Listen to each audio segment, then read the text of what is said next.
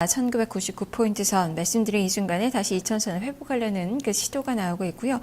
외국인 투자가들은 소폭이지만 매수세가 들어오고 있지만 기관의 매도세가 점차 늘어나고 있는데 자동차 쪽 중심으로 한 매도세가 지금 기관 쪽에서 출회가 되고 있는 그 구간입니다. 오늘 시장 어떤 전략이 필요한지 증권사 연구원들의 의견 지금부터 살펴보겠습니다.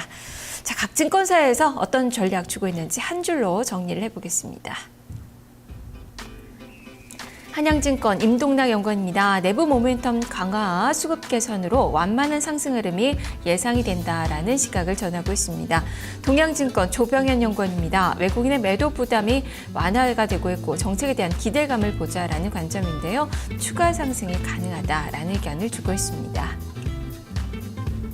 하나대투증권 오세현 연구원입니다. 신정부의 적극적인 경기 부양책은 강한 주가 상승의 동력이다라는 판단을 내리고 있습니다. 현대증권 배성영 연구원입니다. 2000선 안착 시도가 나타나고 있다면서 외국인의 매수 전환 여부에 주목을 하자라는 시각을 전하고 있습니다.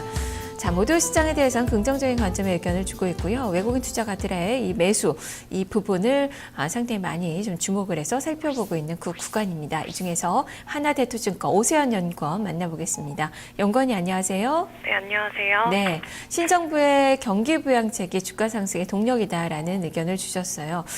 이러한 기대감이 증시에 어느 정도나 반영될 것으로 보시는지, 이번 주 증시 그렇다면 전 고점 돌파까지도 생각해 볼 수 있는 건가요? 어떤 전망이십니까?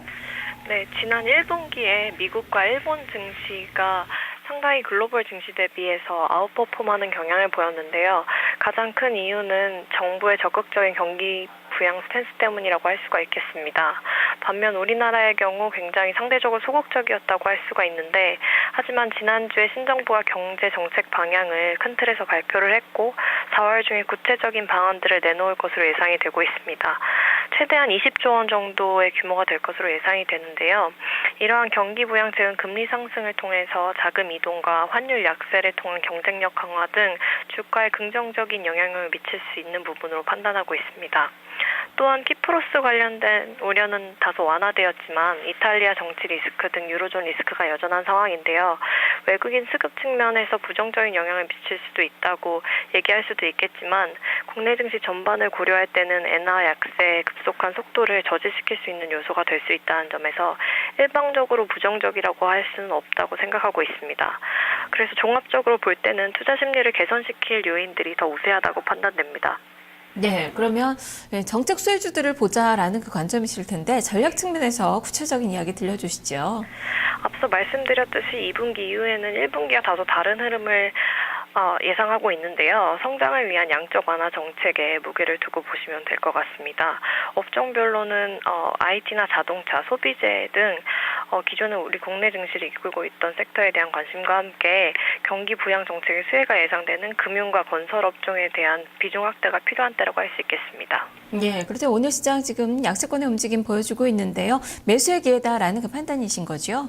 네, 이탈리아 정치 리스크나 상대적으로 소극적인 경기 부양에 대한 우려가 지속되면서 여전히 불안 요소들이 있는 것이 사실인데요. 하지만 향후 하락에 대한 우려 속에서도 주식 비중을 확대하는 전략이 필요할 것으로 보고 있습니다. 네, 알겠습니다. 말씀 잘 들었습니다. 네, 감사합니다. 네, 주식 비중을 확대하는 그 전략이 필요하다. IT, 금융과 그리고 건설주, 바로 정책 수혜 모멘텀을 가질 수 있는 그 종목군들에 집중을 해보자라는 시각이 전해졌습니다. 하나대투증권 오세현 연구원과 함께했습니다.